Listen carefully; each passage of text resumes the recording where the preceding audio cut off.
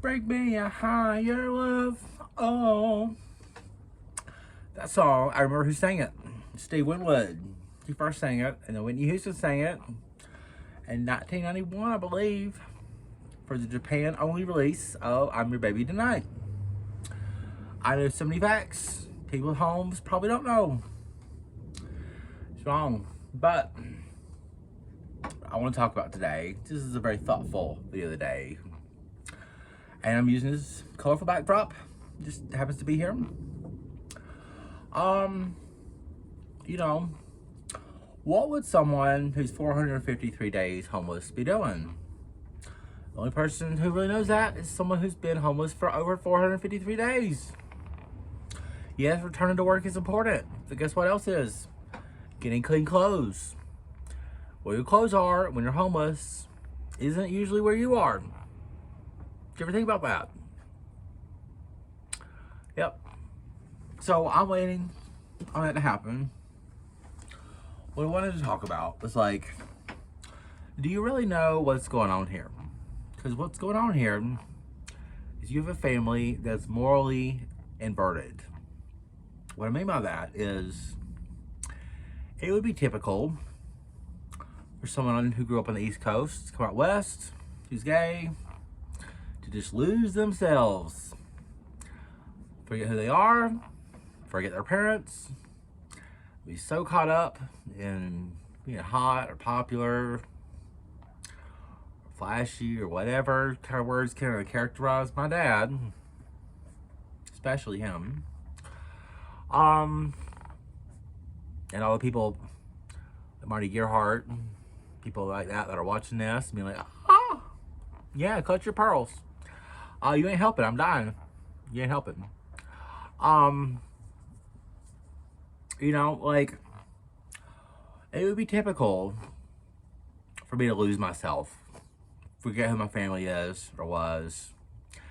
It would be typical for the family, namely the parents, to kind of have that moral grounding and that moral superiority, and kind of have, like, it would be typical for me to just be sinful, but my parents are sinful. They're letting me die. They're completely fine with it. You need to understand, when I was surviving that interstate kidnapping and coming back to West Virginia, coming back to West Virginia and then coming back to Colorado, I walked with bloody feet back to the state line of West Virginia.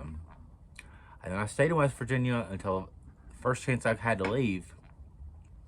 And I decided to go on to Colorado without a phone so that I could keep my phone number. So that my parents would still have the choice to call me and leave me a voicemail. Tell me they loved me. And tell me that they wanted to help. They never did. They never did, but I can't even cross this country without a phone so that they would have that choice. And some other people too, but mostly them. They made the wrong choice. They made the wrong choice 454 times in a row. There's no way around that. Yeah, I went back to see my dad in 2023, in February, because of you guys on the GoFundMe. My dad didn't spend a dime on that. He took my groceries, and he tried to take gas cards that I got when I went to a medical appointment. He did take one of them. Parents are awful people. And the world does not know that yet. My dad always said he wanted to be a household name. But he'll get his wish after my mother becomes the most hated mother in America. It's just the way it's going to be. See, I can't just go get another job with a 401k and just start over at this point. I have to have that kind of level of #1 Times book selling success. #1 best-selling author on the New York Times bestseller list. It's kind of what I'm going for at this point. It's the only way things could ever get to a happy ending at this point. And they will never come to a happy ending for my mother and father. Their happy ending already happened in 1998 when they decided to be legally divorced. And now they're dealing with it. They'll be dealing with it today, tomorrow, and every single day until they go straight to hell. This is common sense for some people. And if your boss is little Chrissy, you're kind of conflicted. You're like, you know what? Nate's got a lot of good points. It actually was really shitty of our boss to say, if you needed help, you should ask for it. And then, after giving me hope, faith, and trust for a little bit, she just said, I ain't going to help you. And she's going to keep dealing with it too. It's just the way things are. When you make the wrong decision, sometimes you just keep dealing with it for a long time. So like, what could I be doing right now? I think making this video is the best thing I could be doing. I took this dining room chair from the dining room, put it right here so I can make this little set. And I'll pick the dining room chair back, and then I'll go get some clean clothes, and I'll apply for some jobs. But when you apply online on a computer, it doesn't matter if you apply right now or 2 hours from now. They're gonna get it. They're not gonna really care. I've had 47 jobs. I know enough about how it works. So yeah, it's like I'm a family morally inverted. It would be very easy for me to lose myself and just be out of touch, not be on Facebook very much. The next time you see me, I look different. But I'm pretty much giving you a daily glimpse in video, clear as DVD on a digital TV screen, of what Nate is up to. Yesterday, I made chili. Okay? I didn't make a big party and do a lot of crack, did I? Never did. When Whitney Houston did that. I didn't do that. And knowing that I've done that day after day after day after day after day gives me hope that I'll keep doing it, and then eventually I'll write this book. I need to start on it so bad, but before I can start writing a book, I need a home. See, I'm telling you, I don't have clean clothes where I'm staying right now. We gotta get that problem fixed. I gotta get employed. When I'm employed, I still don't have a safe and consistent place to go. That is what you guys, all of you, ultimately, have kind of put me in. I have been begging for help.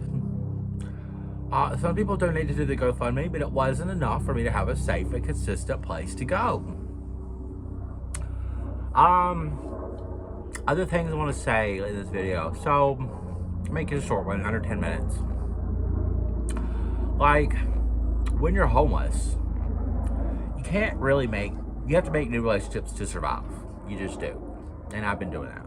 But you can't make long-lasting relationships that can transform your life or change your life. You have to only go in one place, and that is the past.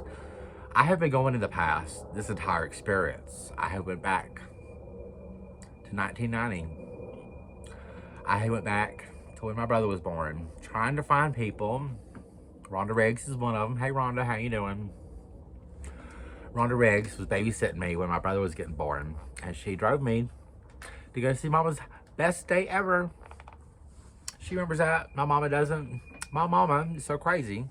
She doesn't remember her best day ever. So a lot of what I'm doing is not going to really hurt my mama, because it'll be like new information for the first time, and then she'll just forget it the next day anyway. My dad is sleeping with a 7-year-old boy, and it's still not helping me either. He knows it's wrong, because he made threats against me when I left.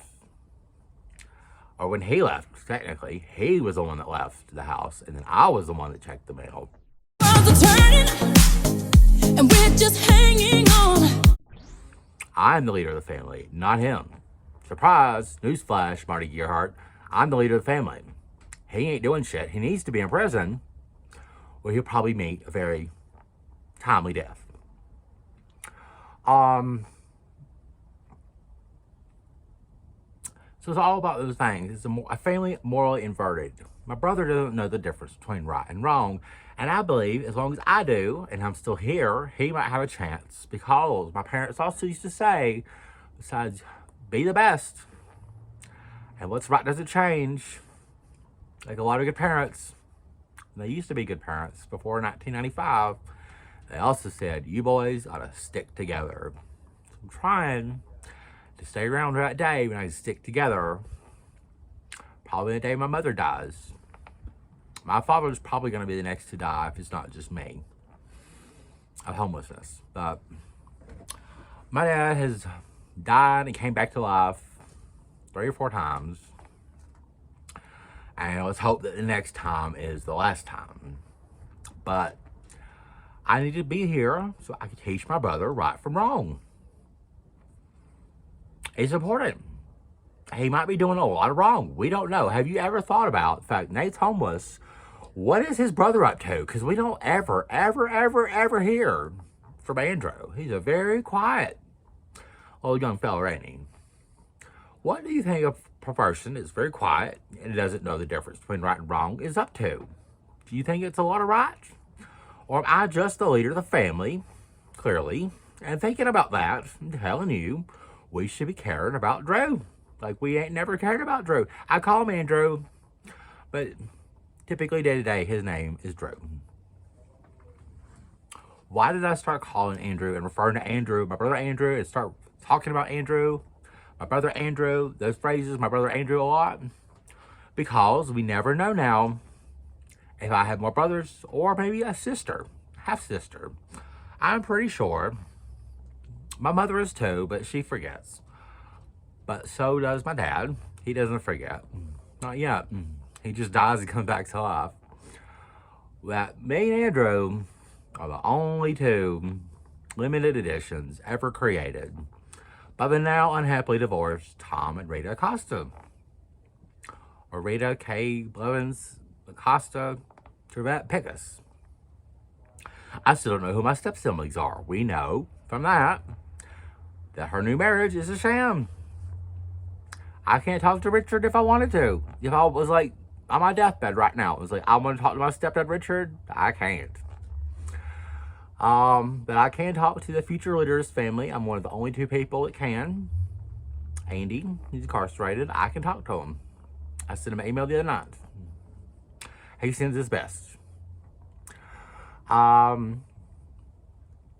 we've got a family inverted. This is not very typical. This is quite unusual. And I'm never going to let go of who my parents are. And they always could change. They've got the ability in this country. We get to choose who we are every day. I can't help that I'm homeless. But I can decide to be a Southern Prince. And that is something I'm being for 1 year. And next year, when my birthday comes, I don't know if you have a home and you ain't never thought about having an annual theme. It's really good for me. I'm going to be rock solid. I feel more rock solid each and every day. I would like to go see them Rocky Mountains. But, you know, I'd like to have a job and a home first. It's just how it is. And little Chrissy knows all about that. So it's just really unfortunate, the whole situation. Now, I'm likely to die on a scooter at any time. Went on one last night. It was pretty scary, but I had to. You just don't really know or care enough to know about the situation. So you're just going to have to keep watching the content I create. And, you know, it's all really good reference for when I go back and write this book. My dad always wanted to be a household name.